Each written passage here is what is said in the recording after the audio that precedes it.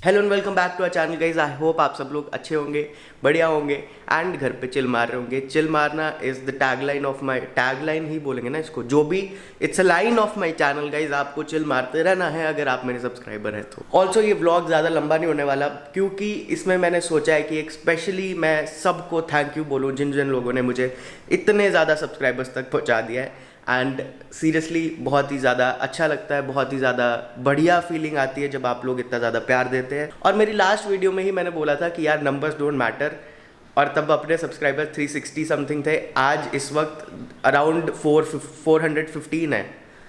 हाँ, numbers don't matter but खुशी होती है यार, क्योंकि नंबर्स को मैं वैसे नहीं देखता कि यार इससे कहीं ना कहीं मैं आगे चल के मेरा चैनल मोनेटाइज हो जाएगा। ऑब्वियसली होगा अगर नंबर्स बढ़े। अब खुद सोचो गाइस, उस दिन मैंने कहा था कि 360 लोगों की मेरी यूट्यूब फैमिली है, बट आज मैं बोल सकता हूँ कि 415 प्लस लोगों की मेरी फैमिली है यूट्यूब पे।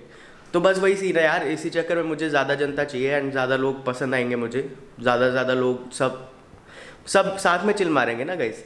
ऐसा बहुत सारे लोग एक साथ मिलके चिल मारेंगे और मैं तुम्हारा होस्ट। एंड मैंने पूरी रात बैठ के सोचा कि मैं इस व्लॉग का टाइटल क्या रखूँ। Thank you guys, thank you this, thank you that.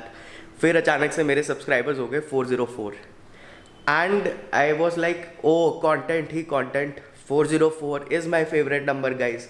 Y 404 is my favourite number you will get to know in today's vlog. Keep watching. So guys, जैसे ही मेरे 404 सब्सक्राइबर्स हुए थे वैसे ही मैंने स्टोरी डाला था इंस्टाग्राम पे बताते हुए कि 404 इज़ माई फेवरेट नंबर। मैं स्टोरी यहाँ डाल देता हूँ। एंड 404 फेवरेट नंबर कैसे है मेरा, मतलब कोई भी नंबर किसी का फेवरेट कैसे हो सकता है। किसी के लिए वो लकी रहता है, किसी के लिए वो पता नहीं कुछ भी सुपरस्टिशन भी मान सकते हैं आप उसको, बट मेरे लिए बहुत ही डिफरेंट स्टोरी है। इसीलिए मैंने सोचा कि मैं एक पूरा व्लॉग उसको डेडिकेट कर सकता हूँ एंड शायद मेरे व्यूअर्स को इंटरेस्टिंग लगे। इसीलिए आज मैं अपने 404 नंबर यानी कि मेरे फेवरेट नंबर की स्टोरी बताऊँगा एंड मैं बताऊँगा कि कैसे मुझे वो बहुत ज़्यादा पसंद है और कोई बंदा एक नंबर के पीछे इतना पागल कैसे हो सकता है। Let's get started. तो गाइज, ये व्लॉग किसी को बोरिंग भी लग सकता है, किसी को इंटरेस्टिंग भी लग सकता है, उसके लिए मैं पहले ही सॉरी बोल रहा हूँ। तो दोस्तों, ये कहानी स्टार्ट होती है 2013 में 4 अप्रैल को। नाउ 4 एंड अप्रैल मतलब 4th महीना, तो 4th मंथ 2013 को मैंने इंडियन हेरिटेज स्कूल, मेरा जो हॉस्टल मैं बहुत बार बता चुका हूँ, वो ज्वाइन करा था। बट देन ये 404 नंबर मेरा वहीं से फेवरेट नहीं हुआ था। तो जब तुम हॉस्टल ज्वाइन करते हो तब क्या होता है, तुम एक पूरा ट्रंक लेके जाते हो अपना सामान भर के एंड फिर वो तुम्हें एक नंबर असाइन करते हैं जो मोस्टली जो बोर्डिंग वाले बच्चे होते हैं उनका एडमिशन नंबर ही होता है। आई गेस, मैं श्योर नहीं हूँ। एक नंबर मिलता है तुम्हें और उसके आगे तुम्हारे हाउस का सिंबल। हमारे स्कूल में 4 हाउस थे, इंडस, नर्मदा, गैंजेस, कावेरी। मेरा इंडस था, तो मुझे एक नंबर मिला, उसके आगे आई लिखा गया जो कि मेरी आइडेंटिटी होने वाली थी वो हॉस्टल में मैं जितने भी साल रहूँ। तो मेरा नंबर था 404। पता नहीं क्यों मेरे को ऐसे बहुत अच्छी सी वाइब आई उससे। एंड बट ये मेरा फेवरेट नंबर इसलिए नहीं है क्योंकि सिर्फ मेरा हॉस्टल नंबर था एंड मेमोरीज हैं या जो भी है वो भी चीज़ें हैं, बट मोस्ट इंपॉर्टेंट चीज़ मैं अभी आपको बताता हूँ। हॉस्टल नंबर वहाँ तक की बात मैं समझता हूँ, किसी के लिए भी इंपॉर्टेंट हो सकता है, आई गेट इट, बट मेरे लिए ये पूरा एक स्टोरी, एक जर्नी रहा है हर चीज़ की तरह। तो मैं आपको ये समझाता हूँ। जब मैंने हॉस्टल ज्वाइन करा, the day one I entered that place, मेरे लिए मेरी ज़िंदगी 360 टर्न ले ली थी उस दिन। उससे पहले मैं एक CBSE स्कूल में था एंड एक बबल में जी रहा था। मुझे ऐसा लगा मैं एक बबल में जी रहा था एंड उस दिन मेरा बबल वो टूट गया। मैंने इतनी चीज़ें एक साथ मेरे ऊपर आग पड़ी कि मतलब पढ़ाई के मामले में भी नहीं गई। बेसिकली मेरी थिंकिंग, मेरा सोचने का तरीका, मेरा चलने का तरीका, मेरे बात करने का तरीका, एवरीथिंग चेंज्ड। और स्टार्टिंग में ये मेरे को ऐसा लग रहा था कि मैं अंदर से नहीं कर रहा हूँ, बाहर की जो चीज़ें हैं, बाहर का जो वाइब है वो मुझे फोर्स कर रहा है कि मैं कहीं ना कहीं उसमें ढल जाऊँ। एंड गाइज, मेरा स्कूल ज्वाइन करने से लेके जब मैं वापस अपने घर जाता, फर्स्ट टाइम SOP बोलते हैं उसको, स्लीप आउट पास, उसमें 27 डेज़ का गैप था। मुझे फुल कैलकुलेटेड याद है, 27 डेज़ का गैप था। वो 27 दिन इतने ज़्यादा मेरी लाइफ के लिए इतने ज़्यादा इम्पॉर्टेंट हैं अब, बट उस टाइम पे इतना ज़्यादा घुट घुट के मैं जिया हूँ, मतलब लेजिट इतना अजीब सी वाइब आ रही थी। मैं स्कूल घुसता था एकदम जोन्ड आउट, मेरे को आसपास कुछ नहीं दिखता था, बस मेरे दिमाग में पूरे टाइम स्ट्रेस चलता रहता था कि क्या क्यों मैं यहाँ क्यों आ गया, मैंने ये डिसीजन क्यों लिया। जबकि हॉस्टल, बहुत लोग मेरे को ये कहते हैं कि तुम अच्छे बच्चे नहीं होगे, मतलब वही इसीलिए सी चीज़ है कि तुम अच्छे बच्चे नहीं होगे, तुम्हारे पेरेंट्स ने तुम्हें भेज दिया ये वो। ऐसा कुछ नहीं था, मैं खुद जिद करके हॉस्टल गया था। एंड वहाँ जाके मैं 27 दिन तो मुझे इसी चीज़ में लग गए कि क्या ये मेरा डिसीजन सही है या नहीं है। क्योंकि जब तुम एक ऐसी जगह पहुँच जाते हो जहाँ पे काफ़ी सारे लोगों का एक सिमिलर माइंडसेट है और तुम ऐसा एज एन एलियन हो उनके लिए, तो बहुत डिफरेंट होता है। क्योंकि या तो तुम्हें सर्वाइव करने के लिए उनके तौर तरीके में ढलना पड़ेगा, और उसके लिए भी पहले वो तुम्हें फुल ऑन जज मारेंगे कि ये बंदा कैसा है। तो वो सारे इंसिडेंट्स हुए मेरे साथ। एंड सबसे बुरा दिन तब था जब मैं अपने दोस्तों के साथ, पता नहीं क्या, मैं जेल नहीं कर पा रहा था लोगों के साथ। And I went to principles office and मैंने सर को, सोहम सर थे वहाँ पे, मैंने सर को बोला कि सर मेरे से नहीं हो पा रहा है, call my parents and let's get done with this, मेरे से नहीं हो पा रहा है, I can't deal with this.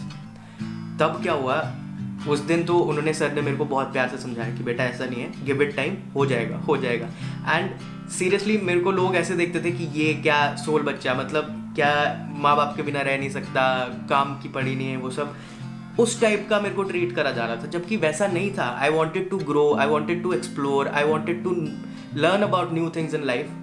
But वो हो नहीं पा रहा था मेरे से, क्योंकि मेरे लिए एडजस्ट करना बहुत टफ हो गया था। आप सोचो कि आज आपकी ज़िंदगी यहाँ पे चल रही है, जैसे अब मैं आज मुंबई में हूँ एंड मैं अपनी ज़िंदगी में कभी इससे बाहर गया नहीं हूँ, और अचानक से एक दिन आपका बोरी बिस्तर पैक करके आपको एक ऐसी जगह भेज देते हैं जहाँ पे बहुत सारी रिस्ट्रिक्शंस हैं, प्रॉपर डिसिप्लिन फॉलो करना पड़ता है, 6 बजे उठ के तुम्हें पीटी एक्सरसाइज करना पड़ेगा, सब करना पड़ता है। वो चीज़ें बहुत डिफरेंट होती हैं एंड बहुत डिफिकल्ट होती हैं। एंड फाइनली जब मैं फर्स्ट SOP पे घर गया गाइस, मैं एक दिन तो नॉर्मल था, फाइनली घर आया था, अच्छा लग रहा था। उसके बाद मैं पूरा एक दिन रोया हूँ, लेजिट रोने के अलावा मैंने कुछ नहीं करा।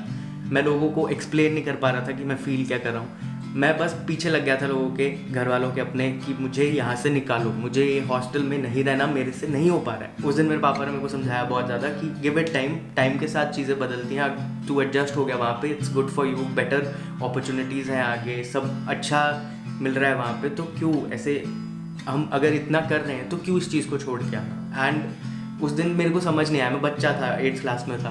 फिर मैं 1-2 बार फिर से घर गया, फिर से सेम सीन हुआ, but I give it time. Eventually क्या हुआ कि by the end of 8th class मैं घुल मिल गया पूरे अपने वहाँ के गैंग के साथ, घुल मिल गया।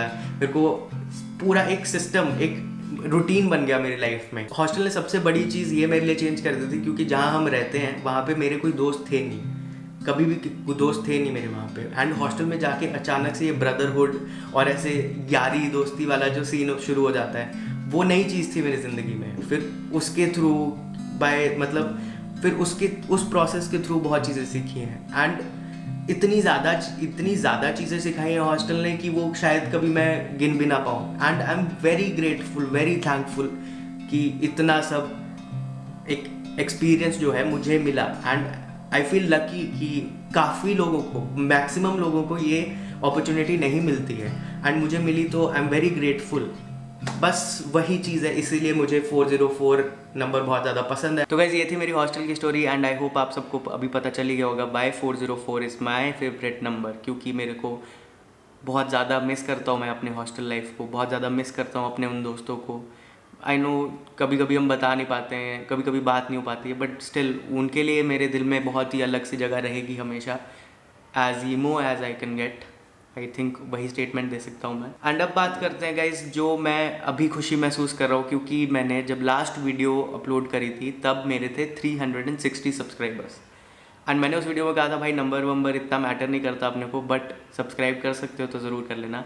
एंड भाई आप लोगों ने इतना ज़्यादा प्यार दिया है कि अभी एक दिन नहीं हुआ है उस बात को, और आज मेरे 420 सब्सक्राइबर्स के आसपास पहुंचने वाले हैं। I am so happy guys, and seriously मैं बता नहीं सकता। Thank you so much, thank you so much जिन जिन लोगों ने भी उस दिन इंस्टा पे स्टोरीज अपलोड करी थी, जिन जिन लोगों ने भी, मैं ऐसे स्टोरीज देख रहा था, get my bro to 400 subs, get my boy to 400 subs, let's get direct Rahul to 400 subs. And आप सबकी मेहनत के करके ये है कि अभी 400 सब्सक्राइबर्स तो हमारे हो चुके हैं guys. I seriously can't thank you guys enough, and I have no words to explain जिन जिन लोगों ने भी मेरी हेल्प करी है आज तक।